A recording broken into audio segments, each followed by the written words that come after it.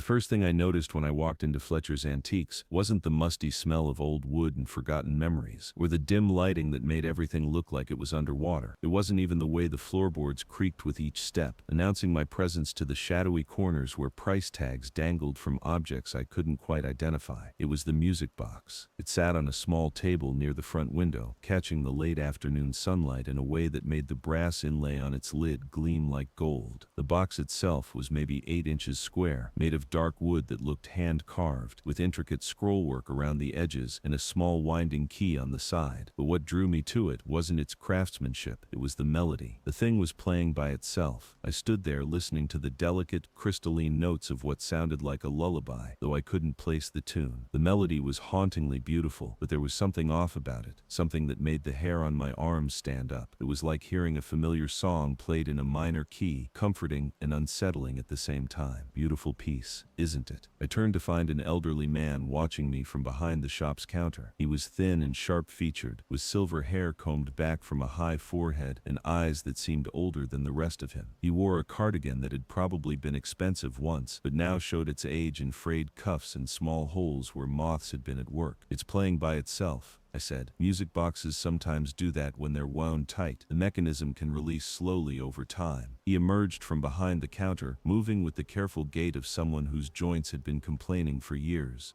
"Though this one does seem to play more often than most." "How much?" The old man, Fletcher, I assumed, studied me for a moment. "Are you a collector, Mr. Martin? David Martin?" "And no, not really. I like it. $50. It was less than I'd expected to pay, but something in Fletcher's tone suggested he was more interested in finding the right home for the piece than in making a profit. I pulled out my wallet and counted out the bills, surprised by how eager I felt to own the thing. "There's no receipt," Fletcher said as he wrapped the music box in old newspaper. "I find that collectors prefer to keep their acquisitions informal." I didn't understand what he meant by that, but I nodded anyway. The music box had stopped playing while he wrapped it, and I felt an odd sense of loss, like a favorite song ending before I was ready. "One more thing," Fletcher said as he handed me the package. "Wind it gently. The mechanism is quite old, and it can be temperamental, if not treated with respect." I walked home to my apartment in Astoria, carrying the music box like it was made of spun glass. I'd been in New York for 3 months, working as a freelance graphic designer and trying to build something resembling a life after my discharge from the Army. The transition from military structure to civilian chaos hadn't been easy, and I'd been struggling with insomnia, anxiety, and a general sense that I didn't quite fit anywhere anymore. My apartment was a studio in a converted warehouse, all exposed brick and industrial fixtures that the landlord called character and I called cheap enough to afford. I'd furnished it with the bare necessities: bed, desk, chair, microwave, but it still felt empty, like a hotel room where someone was staying temporarily.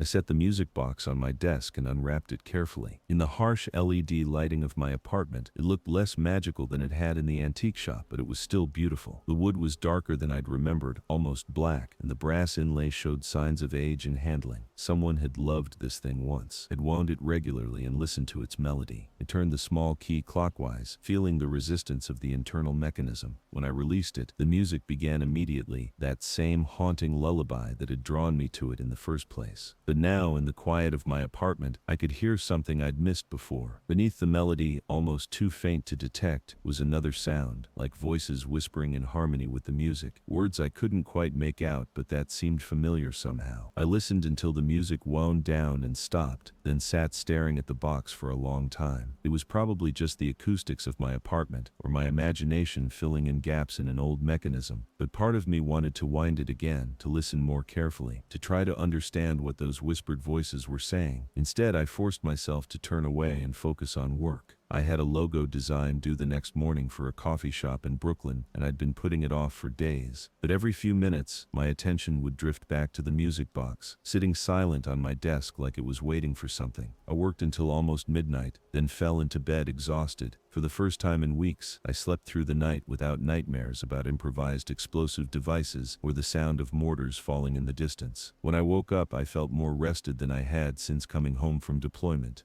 The music box was playing again. I lay in bed listening to the melody, trying to remember if I'd wound it before going to sleep. I was pretty sure I hadn't, but the tune was definitely coming from my desk, clear and sweet in the morning quiet. This time the whispered voices seemed louder, more distinct, though I still couldn't make out individual words. I got up and walked over to the desk. The music box sat exactly where I'd left it, the small key on its side, turning slowly as the mechanism unwound. But when I looked more closely, I noticed something that made my chest tighten with unease. The brass inlay on the lid showed a scene I hadn't noticed before. It depicted a group of figures standing in a circle, their hands joined, their faces turned towards something in the center. It was beautifully crafted, with tiny details that must have taken hours to engrave, but there was something about the scene that bothered me. The figures looked like they were dancing, but their postures suggested desperation rather than joy, like they were trapped in the circle rather than choosing to be there. I watched until the music stopped, then examined the box more carefully. The brass inlay definitely showed the dancing figures, but I was almost certain that detail hadn't been there the day before. Either I'd been less observant than I thought, or the music box was changing somehow. The rational explanation was obvious. I'd simply missed the detail in the dim lighting of the antique shop. Art Nouveau pieces often featured elaborate inlaid designs, and this one was no exception. But as I ran my finger over the brass surface, I could swear I felt warmth beneath the metal, as if something inside the box was generating heat. Over the next few days, I developed a routine around the music box. I'd wind it when I got up in the morning, letting the melody accompany my coffee and breakfast. I'd wind it again when I sat down to work, finding that the soft music helped me concentrate better than I had in months. And I'd wind it one more time before bed, falling asleep to the lullaby that seemed to keep the nightmares at bay. The insomnia that had plagued me since coming home began to fade. My work improved. Clients started commenting on the creativity and emotional depth of my designs. I felt more centered, more connected to something larger than my own anxieties and memories. But the music box continued to change. Each morning the brass inlay seemed to show new details. The dancing figures multiplied, their circle growing larger and more complex. Buildings appeared in the background, tall spires and elaborate facades that suggested a city I didn't recognize. And in the center of the circle, something began to take shape. At first it was just a shadow, a dark spot that might have been a fountain or sculpture, but gradually it became more defined, more substantial, until I could see that it was a figure of its own, taller than the others, with outstretched arms that seemed to embrace the entire scene. I told myself it was a trick of light and observation, that I was simply noticing details that had always been there, but deep down I knew better. The music box was changing, and with each change, the whispered voices in the melody became clearer. They were singing. A chorus of voices, maybe dozens of them, harmonizing with the mechanical music and words I almost understood. Sometimes I caught fragments, syllables that sounded like come and join and forever, but the meaning always slipped away before I could grasp it fully. I started researching the music box online, trying to find information about its origins or manufacturer, but my searches turned up nothing useful. There were plenty of antique music boxes for sale, some with elaborate inlaid designs, but none that matched the specific style of mine. It was as if the piece were unique, one of a kind, made by craftsmen whose names had been lost to history. After a week of fruitless research, I decided to return to Fletcher's Antiques and ask about the box's provenance. Maybe Fletcher had records, or maybe he remembered where he'd acquired it. At the very least, he might be able to tell me something about the changing inlay that would put my mind at ease. But when I arrived at the address where the shop had been, I found an empty storefront with newspaper taped over the windows. A for lease sign hung in the door, and through the gaps in the newspaper, I could see nothing but bare walls and dusty floors. I asked at the neighboring businesses, but none of them remembered an antique shop. The space had been empty for months, they said,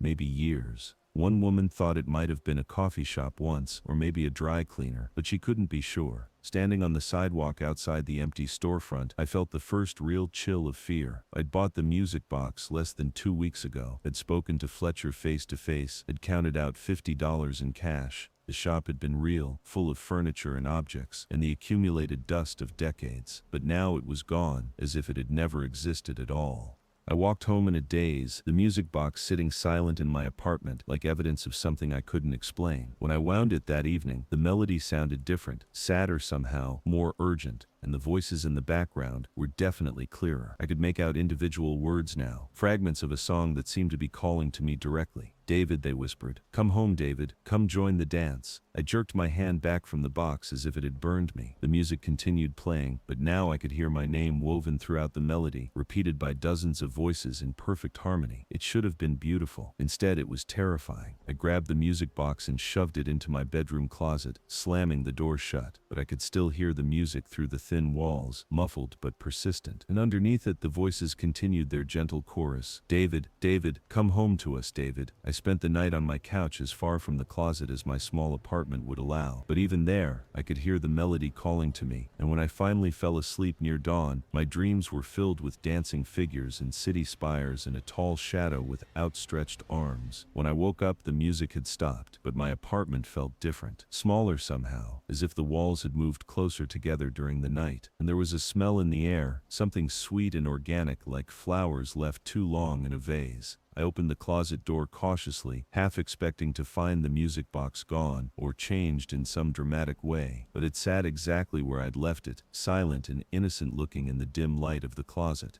The brass inlay showed the same dancing figures, the same mysterious city, the same central shadow that seemed to watch me with invisible eyes. But there was something new. Scattered around the base of the music box were flower petals, white and pink and pale yellow, fresh as if they'd just been picked. I reached out to touch one, and it crumbled to dust at my fingertip. That's when I knew I was in serious trouble. I called in sick to work and spent the day researching everything I could find about cursed objects, haunted antiques, and supernatural music boxes. The internet was full of stories, urban legends, creepypasta, accounts that might have been real or might have been fiction. But one thread kept appearing: music boxes that changed over time, that seemed to develop a consciousness of their own, that drew their owners into some kind of supernatural trap. Most of the stories were obviously fake, written by horror fans looking for online thrills. But a few had the ring of truth, the kind of specific details and emotional honesty that suggested real experience. And they all ended the same way. The music box's owner disappeared, leaving behind only the box itself, and sometimes a few personal effects that suggested they'd left willingly. One account, posted on an obscure paranormal forum, caught my attention because it described a music box almost identical to mine. The poster, who claimed to be writing from a public library because he was afraid to use his home computer, described the same changing inlay, the same whispered voices, the same gradual sense that the box was alive and aware. "I know how this sounds,"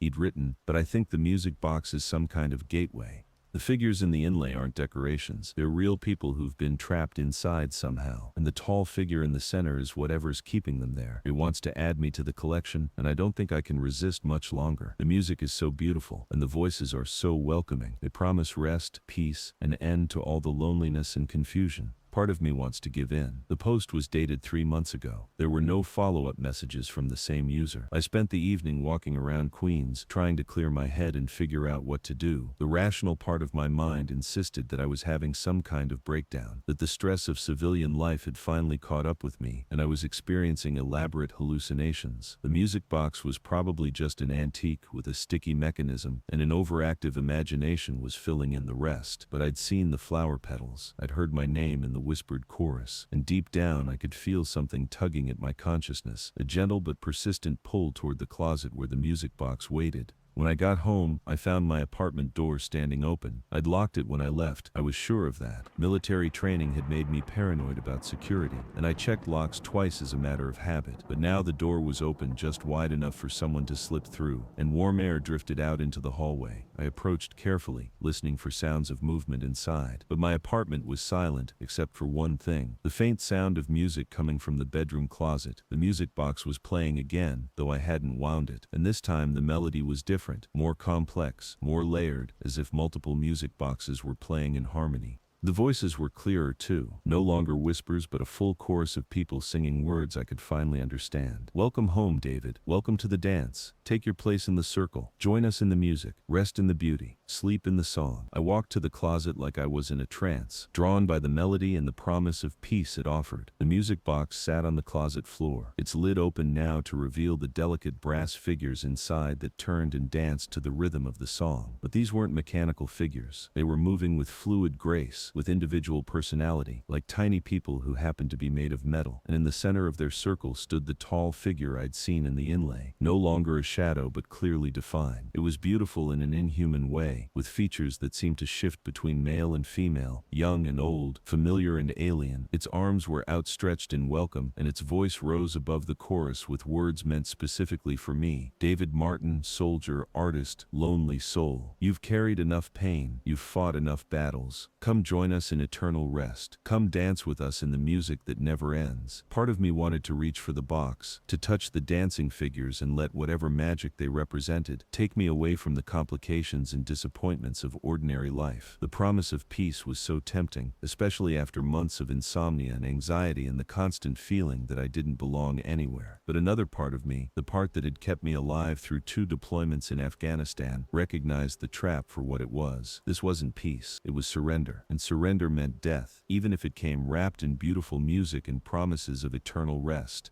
I slammed the closet door shut and ran for my kitchen, grabbing the largest knife I could find. When I returned to the closet, I could hear the music growing louder, more insistent, and I could smell flowers blooming in impossible profusion. I opened the door and raised the knife, intending to smash the music box to pieces. But the closet was empty. No music box, no flower petals, no supernatural chorus calling my name, just my old winter coats hanging on wire hangers and a pair of boots I hadn't worn since moving to New York. I searched my entire apartment, looking in every drawer, every cupboard, every possible hiding place. The music box was gone as completely as if it had never existed, but I could still hear the music, faint but persistent, seeming to come from the walls themselves. That's when I realized the truth. The music box had never been the source of the supernatural activity. It had been a lure, a way to establish contact, to get me to invite whatever lived in that brass inlay into my home. And now it was here, in my apartment, in my life, waiting for me to stop fighting and accept its offer. I packed a bag and left that night, checking into a cheap motel in Long Island City. But the music followed me there too, seeping through the walls like smoke, accompanied by voices that grew more insistent with each passing hour. David, why are you running? We only want to help. We only want to give you peace. I tried changing motels, tried staying with friends, tried sleeping in my car, but the music was always there, and with it came an exhaustion that went deeper than physical tiredness. It was the exhaustion of someone who'd been fighting for too long, who'd seen too much, who just wanted to lay down his weapons and rest.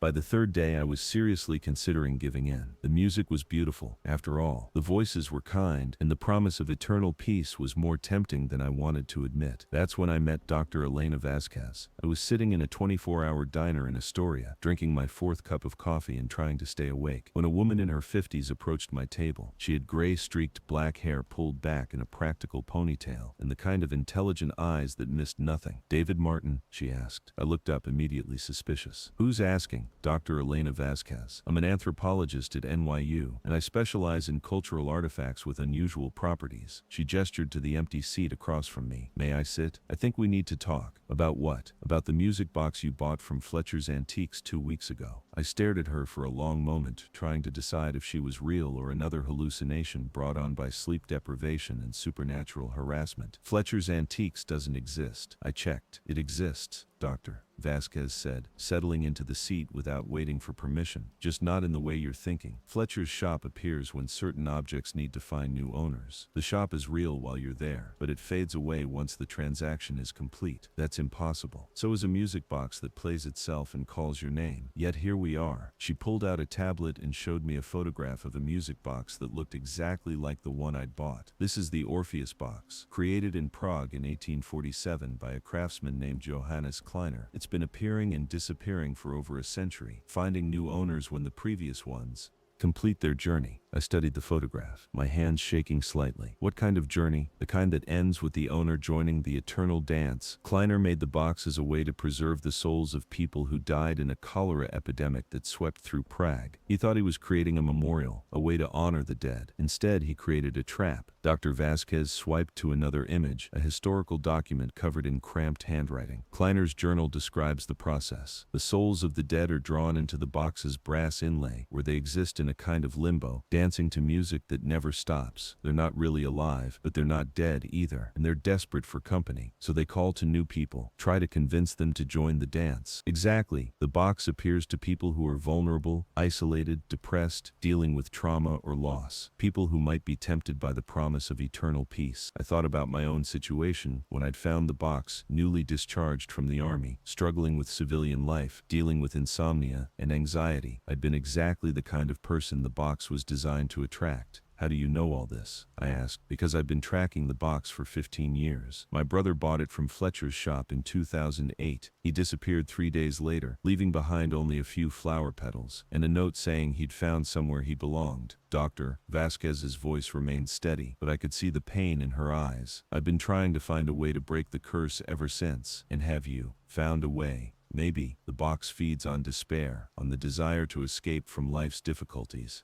But it can be resisted if the target has something to live for, something stronger than the promise of eternal rest. I almost laughed. I don't have anything to live for. That's the whole problem. Are you sure? You're a graphic designer, aren't you? You create things, bring beauty into the world. That's not nothing. It's just logos and website layouts. Nothing important. Dr. Vasquez leaned forward, her expression intense. David, creation is always important. Every piece of art you make, every design that helps a small business succeed, every moment of beauty you add to the world, that matters. The box wants you to believe your life is meaningless, that you'd be better off joining its eternal dance. But that's a lie. Even as she spoke, I could hear the music growing louder, more insistent. The other diner patrons seemed oblivious to it, but Dr. Vasquez tilted her head like she could hear it too. It's getting stronger, she said. The connection between you and the box is almost complete. We need to act quickly. What do you want me to do? Come with me. I have equipment at the university that might be able to help. Tools for measuring and manipulating psychic energy. If we can disrupt the connection between you and the box, we might be able to break the curse entirely. I wanted to trust her, but 15 years of military service had made me cautious about following strangers into unknown situations. How do I know you're really trying to help? How do I know this isn't part of whatever's trying to trap me? Dr. Vasquez pulled out her phone and showed me a news article from the NYU website. Her photograph was prominently displayed alongside a story about her research into supernatural artifacts. Check my credentials. Call the university. I'm exactly who I say I am. The music was getting so loud now that I could barely think.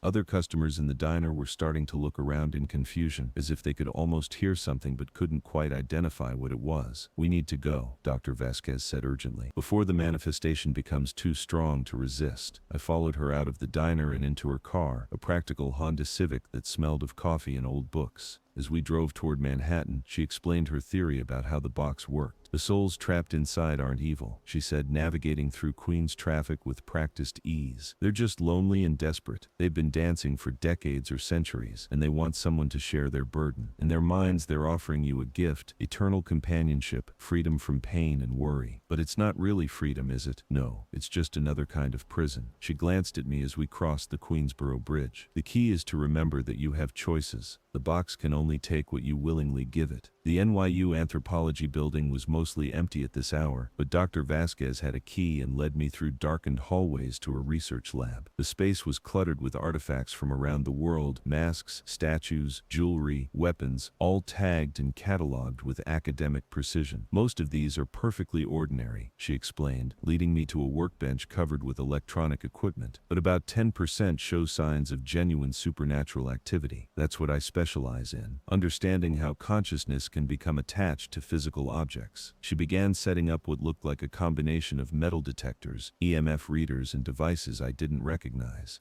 The Orpheus box creates a psychic resonance between itself and its target. If we can measure that resonance, we might be able to disrupt it. The music was louder than ever now, and I could see flower petals beginning to materialize around my feet. Dr. Vasquez saw them too, and worked faster, attaching sensors to my arms and forehead. David, the voices called from somewhere just beyond perception. Why are you fighting us? We love you. We want to welcome you home. Don't listen, Dr. Vasquez said sharply. Focus on my voice, on this room, on the here and now. The equipment came alive with readings, lights blinking, needles swinging, digital displays showing numbers that meant nothing to me but clearly worried Dr. Vasquez. The psychic connection is almost complete, she said.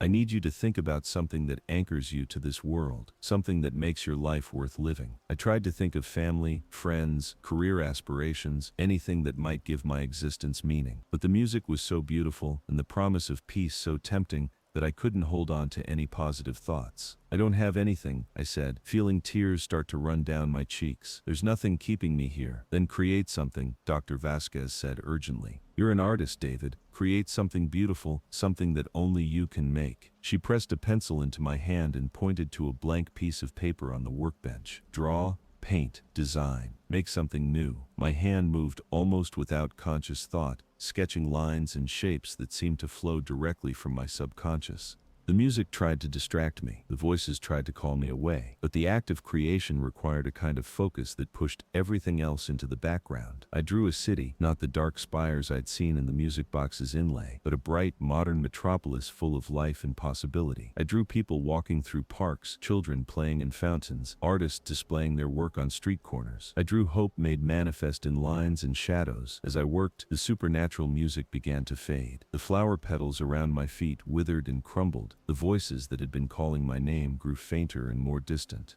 It's working, Dr. Vasquez said, watching the readings on her equipment. The psychic connection is weakening. I kept drawing, adding details to my imaginary city, creating a place where people could live and work and find meaning in their daily lives. It wasn't realistic. No city could be that perfect, that full of joy and opportunity, but it was mine, born from my imagination and given life by my hands. The music stopped entirely. The supernatural presence that had been pressing against my consciousness for days simply vanished, leaving behind only the normal sounds of the university building, humming fluorescent lights, distant traffic, the whisper of air conditioning. David, Dr. Vasquez said softly, look at your drawing. I looked down at the paper and gasped. The city I'd sketched was moving, the lines shifting and changing as I watched. People walked through the streets, vehicles traveled the roads, construction cranes erected new buildings in a perpetual cycle of growth and renewal. But this wasn't supernatural. This was just art doing what art was supposed to do, creating something alive and meaningful from nothing but inspiration and skill. The box feeds on despair, Dr. Vasquez explained. But creation is the opposite of despair. When you made something new, something uniquely yours, you proved that your life has value. You broke the curse. I stared at the drawing for a long time, watching my imaginary city pulse with life. What happens now? Is the box gone forever? Probably not. It'll find another owner eventually, another person who needs what it promises to offer. Dr. Vasquez began shutting down her equipment, but it won't come for you again. You've proven that you're stronger than its influence. What about the people who are already trapped inside? Your brother and the others? Dr. Vasquez was quiet for a moment. I don't know. Maybe they're truly gone. Maybe they've found a kind of peace in their eternal dance. Or maybe someday we'll find a way to free them too.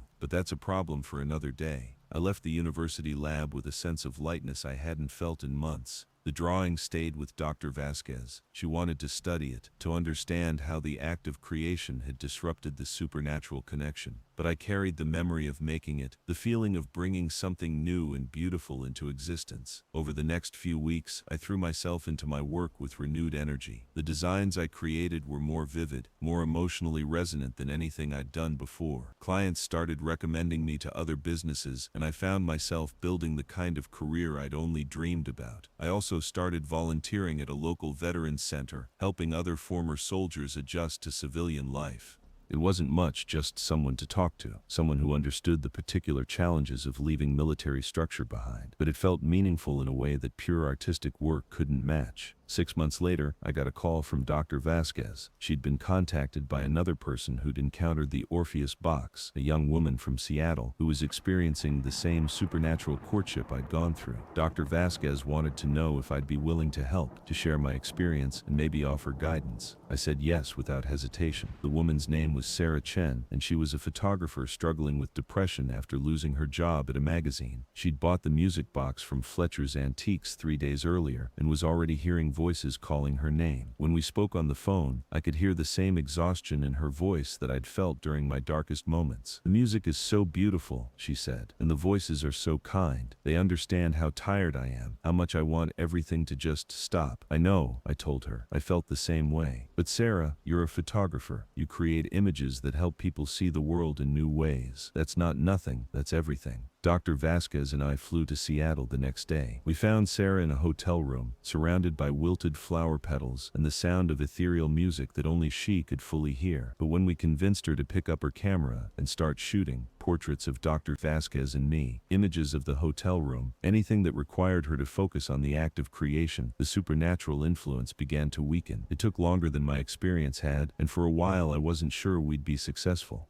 But gradually, as Sarah lost herself in the familiar rhythm of composition and light, the music faded and the voices stopped calling her name. "I forgot," she said afterward, looking at the photograph she'd taken. "I forgot that making something new feels like this, like being alive." That was 2 years ago. Since then, Dr. Vasquez, Sarah, and I have helped 7 other people break free from the Orpheus Box's influence. We've developed techniques, created support networks, learned to recognize the signs before the supernatural connection becomes too strong to resist.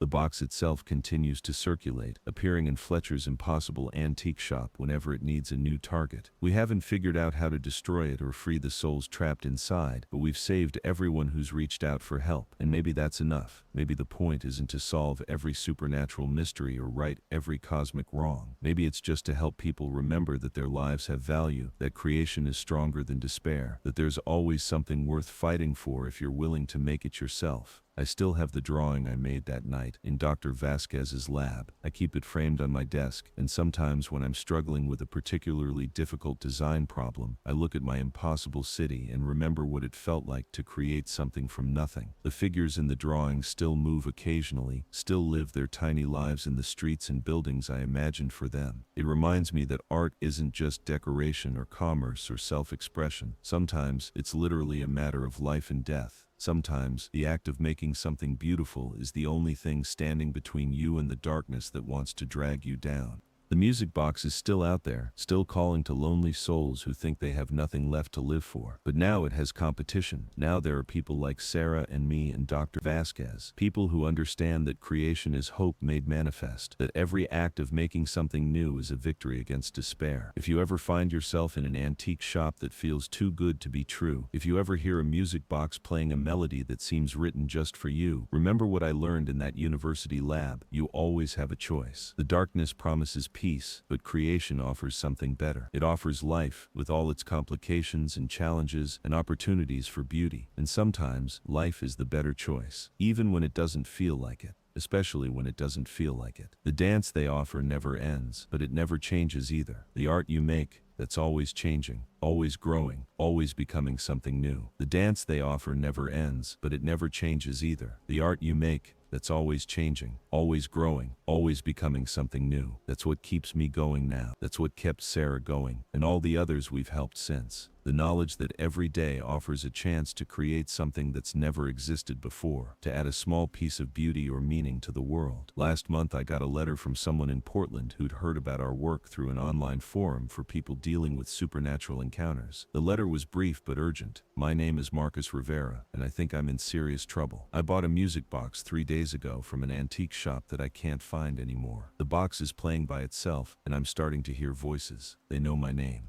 They want me to join them in something they call the eternal dance. I've read about your experiences online, and I'm hoping you can help. I'm a musician, or I was, before I lost my hearing in a car accident last year. The voices in the box are the first music I've heard since then, and God help me, I want to listen." Dr. Vasquez and I were on a plane to Portland within 6 hours. We found Marcus in his apartment sitting cross-legged on the floor in front of the music box with tears streaming down his face. He was completely deaf. The car accident had damaged his auditory nerves beyond repair. But somehow he could hear the supernatural music perfectly. "It's the most beautiful thing I've ever heard," he said, not taking his eyes off the box. "For 8 months I've lived in complete silence. Do you know what that's like for someone who used to make music for a living? And now this gift appears, offering me not just hearing but the most perfect music imaginable." The brass inlay showed the familiar dancing figures, but this time they held musical instruments, violins, flutes, harps, things I couldn't identify. At the center of their circle, the tall figure conducted their eternal orchestra with graceful movements that seemed to promise Marcus a place among the musicians. "Marcus," I said gently, "the music isn't real. It's a trap designed to prey on exactly what you're missing most. How do you know it's not real? How do you know this isn't some kind of miracle? Dr. Vasquez knelt beside him, her equipment already reading the psychic disturbance in the room. Because miracles don't require you to give up your life, they enhance it. We worked with Marcus for 3 days, the longest intervention we'd ever attempted. The box's hold on him was stronger than usual, probably because his deafness made the supernatural music feel even more precious and impossible to resist. But gradually we convinced him to focus on other forms of creation. He couldn't hear acoustic music anymore, but he could feel vibrations, could see the visual representations of sound on computer screens. We helped him set up digital audio software that translated musical frequencies into colors and shapes, allowing him to compose electronic music through visual interfaces. The first piece he created was rough, experimental, clearly the work of someone learning a new language, but it was his, made with his own hands and imagination, and when he finished it, the supernatural music from the box faded to nothing. "I can't hear what I just made," he said, watching the waveforms dance across his computer screen, "but I can see it, and I know it's mine." That was 6 months ago. Marcus now creates experimental electronic music that's gained a following in the Portland underground scene. He's developed techniques for composing that rely on visual and tactile feedback rather than traditional hearing, and his work has a unique quality that comes from experiencing sound in a completely different way. More importantly, he's become part of our informal network of people who've encountered the Orpheus box and lived to tell about it. When we get reports of new incidents, Marcus often joins our interventions, especially when the target is another artist or musician. "The box promises to give you back what you've lost," he explained to a sculptor in Denver who'd been paralyzed in a climbing accident. "But you can't get back what you've lost. You can only create something new from where you are now." We saved the sculptor too. And a writer who'd been struggling with alcoholism, and a dancer whose career had ended with a knee injury. Each time the pattern was the same. The box appeared to someone who felt their creative life was over, offered them a supernatural alternative, then tried to trap them in eternal stasis. But each time we help them remember that creation isn't about perfection or returning to some idealized past. It's about transformation, about taking whatever circumstances you find yourself in and making something beautiful from them. I've been thinking a lot about that lately, especially as our little group has grown from 3 people to nearly 20. We're not an official organization, just a loose network of artists, scientists, and survivors who've learned to recognize the signs of supernatural predation and know how to fight back. Dr. Vasquez has started giving lectures at universities about the intersection of consciousness and material objects. She's careful not to present her work as proof of the supernatural. Academic careers have been destroyed by less controversial claims, but she's planting seeds, helping other researchers understand that reality might be more complex than our current scientific models suggest. Sarah has become a documentary photographer, focusing on people who've overcome trauma and found new ways to express themselves creatively. Her work has been featured in several major exhibitions, and she's working on a book about the healing power of artistic expression. As for me, I've expanded beyond graphic design into something I never expected: art therapy. I work with veterans, accident survivors, people dealing with depression and PTSD, anyone who's lost their sense of purpose and needs help finding it again. The techniques we developed for fighting the music box's influence, focusing on creation, remembering that your life has value, understanding that art is hope made manifest, turn out to be useful for all kinds of psychological healing. It's not the career I planned when I left the army, but it's the one I was meant for. Every day I get to help people discover that they're capable of making something beautiful, that their experiences, even the painful ones, can be transformed into art that matters. The Orpheus box is still out there, still appearing in Fletcher's impossible antique shop, still calling to lonely souls who think they have nothing left to live for. We get reports every few months. Someone in Chicago who bought a music box that plays by itself. Someone in Miami who's hearing voices that know their name. Someone in Seattle who's found flower petals scattered around their apartment with no explanation. We respond to every call we can, though we don't always arrive in time. The box has claimed new victims since I first encountered it, people who couldn't resist its promise of eternal peace, or who never had the chance to learn that creation is stronger than despair. But we save more than we lose, and the network keeps growing. Artists helping artists, creators helping creators, people who understand that the act of making something new is sometimes the only thing standing between survival and surrender. Last week I got a call that was different from the others. The voice on the phone was elderly, shaky with age, but there was something familiar about it. "Mr. Martin, my name is Johannes Kleiner. I believe you're familiar with my work." I nearly dropped the phone. "You're supposed to be dead."